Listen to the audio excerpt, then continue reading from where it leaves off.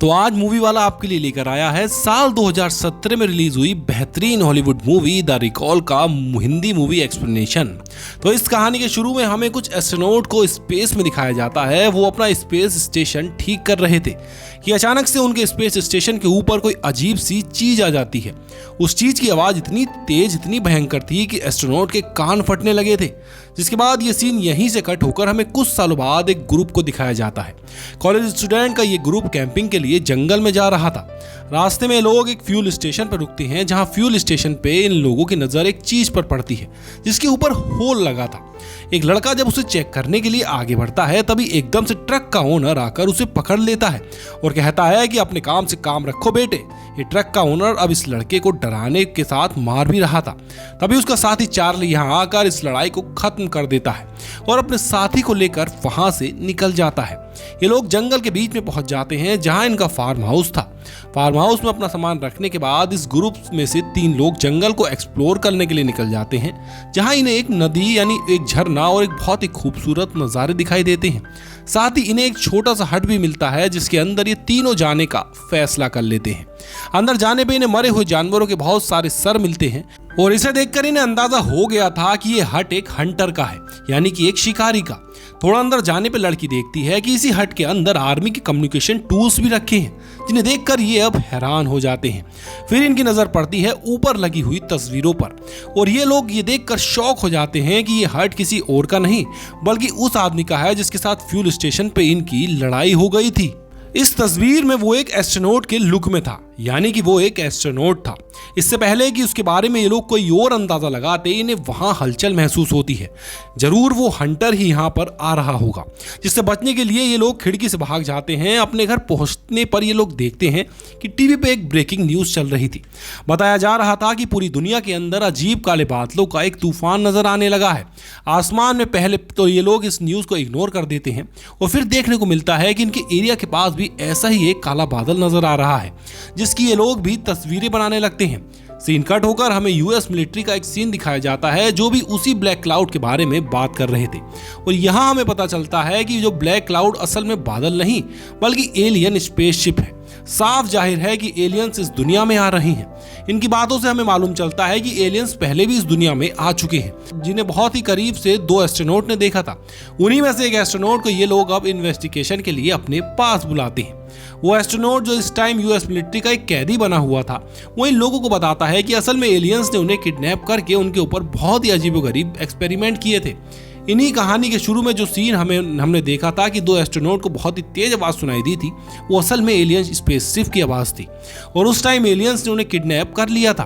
फिर अपने एक्सपेरिमेंट पूरे करने के बाद एकदम से एलियंस ने इन्हें छोड़ दिया और ये लोग वापस अर्थ पे आ गए। अर्थ पे आने के बाद इन्होंने हर इंसान को अपने ऊपर होने वाले एक्सपेरिमेंट के बारे में बताया। उनके बारे में न्यूज में भी खबरें चली, लेकिन लोगों को लगा कि ये दोनों एस्ट्रोनॉट पागल हो गए हैं, ये लोग झूठ बोल रहे हैं। किसी ने भी उनकी बातों पर यकीन नहीं किया। खैर, सीन दोबारा प्रेजेंट में शिफ्ट होता है और वो एस्ट्रोनॉट अब अपनी कहानी यूएस मिलिट्री को सुना रहा था। इसी दौरान उन्हें मिलिट्री ऑफिस के ऊपर भी कुछ शोर सुनाई देता है और मालूम होता है कि एक एलियन शिप इनके मिलिट्री बेस के ऊपर है। सीन कट होकर हमें जंगल में दिखाया जाता है कि स्पेसशिप के अंदर एक ग्रीन कलर का शटर बाहर निकलता है। जंगल में मौजूद हंटर भी दूर से सब देख रहा था और यहाँ हमें पता चलता है कि हंटर वही दूसरा एस्ट्रोनॉट था जिनके ऊपर एलियंस ने एक्सपेरिमेंट किया था। इन दोनों शटर्स के जमीन पर उतरते ही हम देख पाते हैं कि इन दोनों एस्ट्रोनॉट को अजीब से पैनिक अटैक्स आने लगे थे। यहाँ जंगल में कॉलेज ग्रुप जिस फार्म हाउस के अंदर रुका हुआ था, उसके बाहर भी एक एलियंस लैंड करता है। उसे देखते ही एक लड़की बिल्कुल फ्रीज हो जाती है और थोड़ी देर में वो बेहोश भी हो गई थी। उसके बेहोश होते ही उसके साथी उसके पास आते हैं और इतनी ही देर में वो लड़की होश में आ जाती है। यहाँ इन लोगों ने अपने घर के बाहर एक मोशन सेंसर्स भी लगाए हुए थे, ताकि अगर कोई भी जानवर इनके घर के करीब आने लगे तो इन्हें पहले से पहले पता लग चल जाए।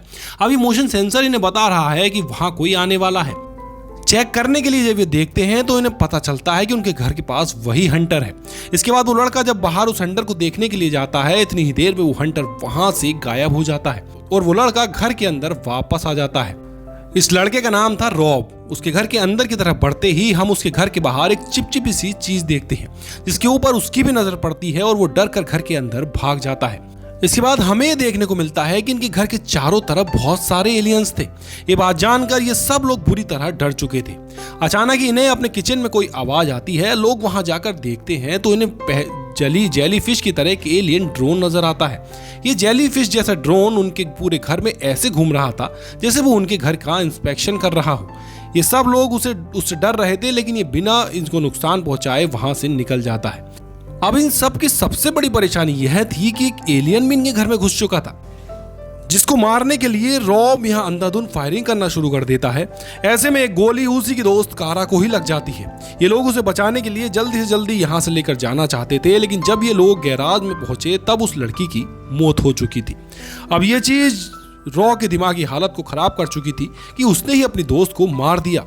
इसी खराब दिमागी हालत के चलते वो अपने बाकी के दोस्तों को भी शूट करने लगता है और तब मजबूरन चार्ली को उसे रोकने के लिए उसका हाथ जख्मी करना पड़ता है। ये सब लोग पैनिक होकर यहाँ से भागने लग जाते हैं। रॉब जो इनके साथ गाड़ी में नहीं था, एकदम से वो इनकी गाड़ी के सामने आ जाता है अपनी पिस्टल लिए। वो अभी भी इन लोगों को मारना चाहता था, लेकिन इससे बचने के लिए ये लोग जैसे ही अपनी गाड़ी को टर्न करते हैं उनकी गाड़ी डिसबैलेंस होकर स्लिप हो जाती है और पहाड़ी से नीचे गिर जाती है। किस्मत से ये लोग जिंदा तो बच गए थे।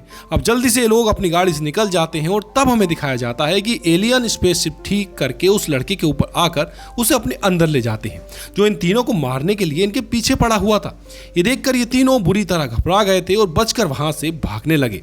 इनके ग्रुप का एक साथी अचानक से एक ट्रैप में फंसकर गिर जाता है, जिससे इनकी घबराहट और भी ज्यादा बढ़ जाती है।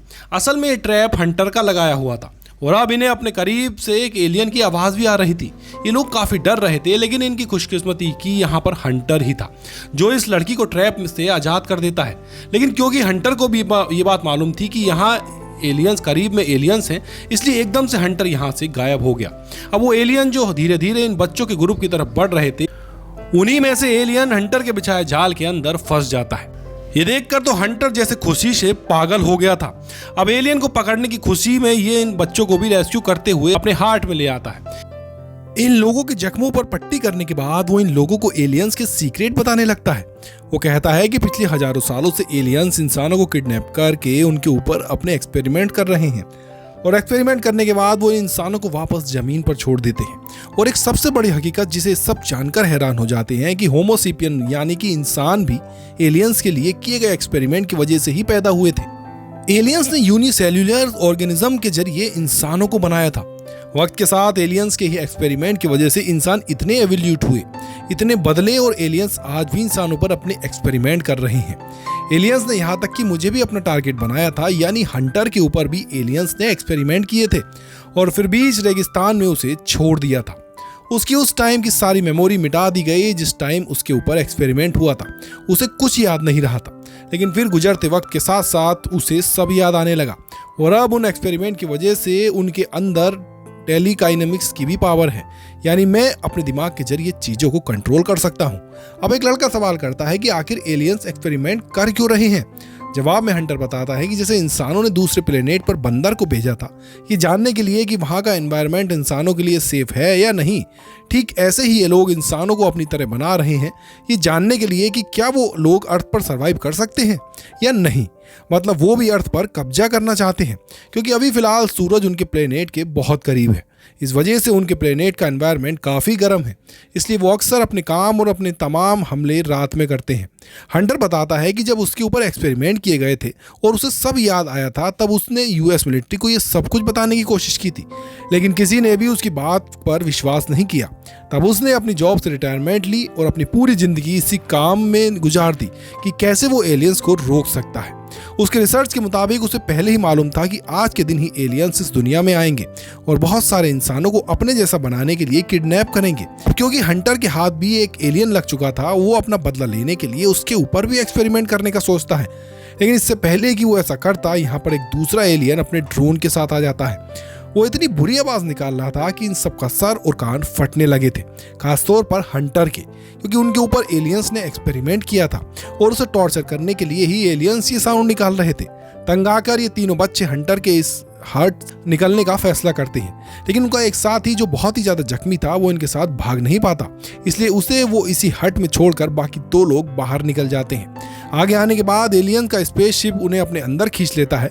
इसके बाद दिखाया जाता है कि चार्ली को जब होश आया तो उसने अपने आप को एक ऐसी जगह पर पाया जहां बहुत से और इंसानों को रखा गया था और उसकी निगरानी कर रहे थे एलियन ड्रोन। किसी तरह अपने आप को इस जगह से निकालने के बाद वो अपनी दोस्त एनी की तलाश में निकल जाता है और उसे यहाँ अपना साथी रैनी भी मिलता है, जिस जख्मी को ये लोग उसे हट से उठाकर यहाँ पर ले आए थे और अब उसकी आधी बॉडी को इन्होंने मशीन में बदल दिया था। ये देखकर उसे बहुत दुख होता है। वो थोड़ा ही आगे बढ़ता है तो उसे देखने को मिलता है कि एलियंस इंसानों के दिल के ऊपर भी एक्सपेरिमेंट कर रहे हैं। थोड़ी ही आगे जाने पर उसे अपने बाकी दोनों दोस्त भी नजर आ जाते हैं, जिनकी भी हालत बद से बदतर हो रही थी। उनकी भी बॉडी के निचले हिस्से को बिल्कुल मशीनों में बदल दिया गया था। यहाँ उसकी दोस्त एनी के साथ भी एलियंस ऐसा ही करने वाले थे, यानी उसकी आधी बॉडी को मशीन में बदलने वाले थे, लेकिन ठीक वक्त पे चार्ली एनी को बचा लेता है और इस चीज की भनक एक एलियन को लग जाती है। अब एलियंस उसे पकड़ लेते हैं और उसे भी बेहोश कर दिया जाता है। थोड़ी देर बाद हमें दिखाया जाता है कि एलियंस उसे मशीन में जकड़े हुए उसके ऊपर भी अजीब तरह से एक्सपेरिमेंट करने लगे थे, जिसके चलते चार्ली बेहोश हो गया था। उसे जब होश आया तो उसने अपने आप को अर्थ पे पाया। उसके शरीर पर कोई कपड़े नहीं थे, उसकी बॉडी पर वैसा ही निशान था जैसा हंटर की बॉडी पे, यानी एलियंस ने उनके ऊपर एक्सपेरिमेंट करके उनके ऊपर स्टैंप लगा दी थी।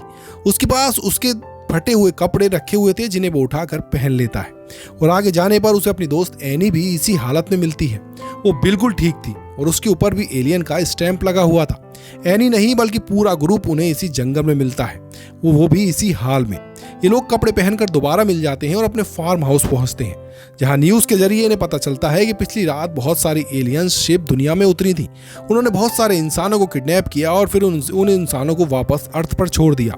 इंसानों के शरीर पे एलियंस ने मार्क छोड़ दिए हैं और अगर कोई एक्सपेरिमेंट या कुछ भी इंसानों के साथ किया गया है तो उसके बारे में इंसानों को कुछ याद नहीं। एलियंस तो अपने प्लेनेट पर वापस लौट रहे थे, लेकिन अब न्यूज में यह बताया जा रहा था कि इन इंसानों को यूएस मिलिट्री वाले अब दूसरे इंसानों के लिए खतरा मान रहे थे, इसलिए यूएस मिलिट्री इन सभी इंसानों को पकड़ने का ऑर्डर दे देती है। ये लोग भी जानते थे कि इन लोगों को भी जल्द ही पकड़ लिया जाएगा, क्योंकि इन सब की बॉडी पे भी एलियंस का निशान था। बिना वक्त जाया किए ये लोग अपने घरों के लिए निकल जाते हैं, लेकिन रास्ते में ही पुलिस उन्हें रोक लेती है। अब तो ये पकड़े ही जाते। इससे पहले कि ये सब उन्हें पकड़ लेते, वक्त रहते अपने अंदर की टेलीकाइनेसिस पावर को ऑब्जर्व कर लेते हैं और इन्हीं पावर्स का इस्तेमाल करते हुए वो पुलिस ऑफिसर की गन को उनके हाथ से छीनकर खुद पकड़ के उनके ऊपर अटैक कर देते हैं। उसकी फायरिंग के जवाब में पुलिस वालों ने भी यहाँ फायरिंग की थी, जिसके चलते उसके काफी सारे साथी मारे गए थे और इसके बदले में चार्ली ने भी उन सारे पुलिस ऑफिसर्स को मार दिया था। यहाँ जख्मी हुई उसकी दोस्त एनी एकदम से अपने आप को खुद ही ठीक कर लेती है, यानी उसके अंदर हीलिंग की सुपर पावर आ चुकी थी, जिसके बाद वो उठकर अपने सभी साथियों को भी हील कर देते हैं और ये सब अब जिंदा हो जाते हैं। और ऐसे हमें मालूम होता है कि ये लोग इमोर्टल हो चुके हैं, यानी ये अब कभी नहीं मरेंगे। कहानी के आखिरी सीन में हमें दिखाया जाता है कि वही काले बादल जिसके अंदर से एलियन स्पेसशिप निकली थी वो अब अर्थ के ऊपर मंडरा रहे थे, जिन्हें इन तीनों ने देख लिया था। और इसी को दिखाते हुए इस फिल्म की कहानी भी यहीं पर खत्म हो जाती है।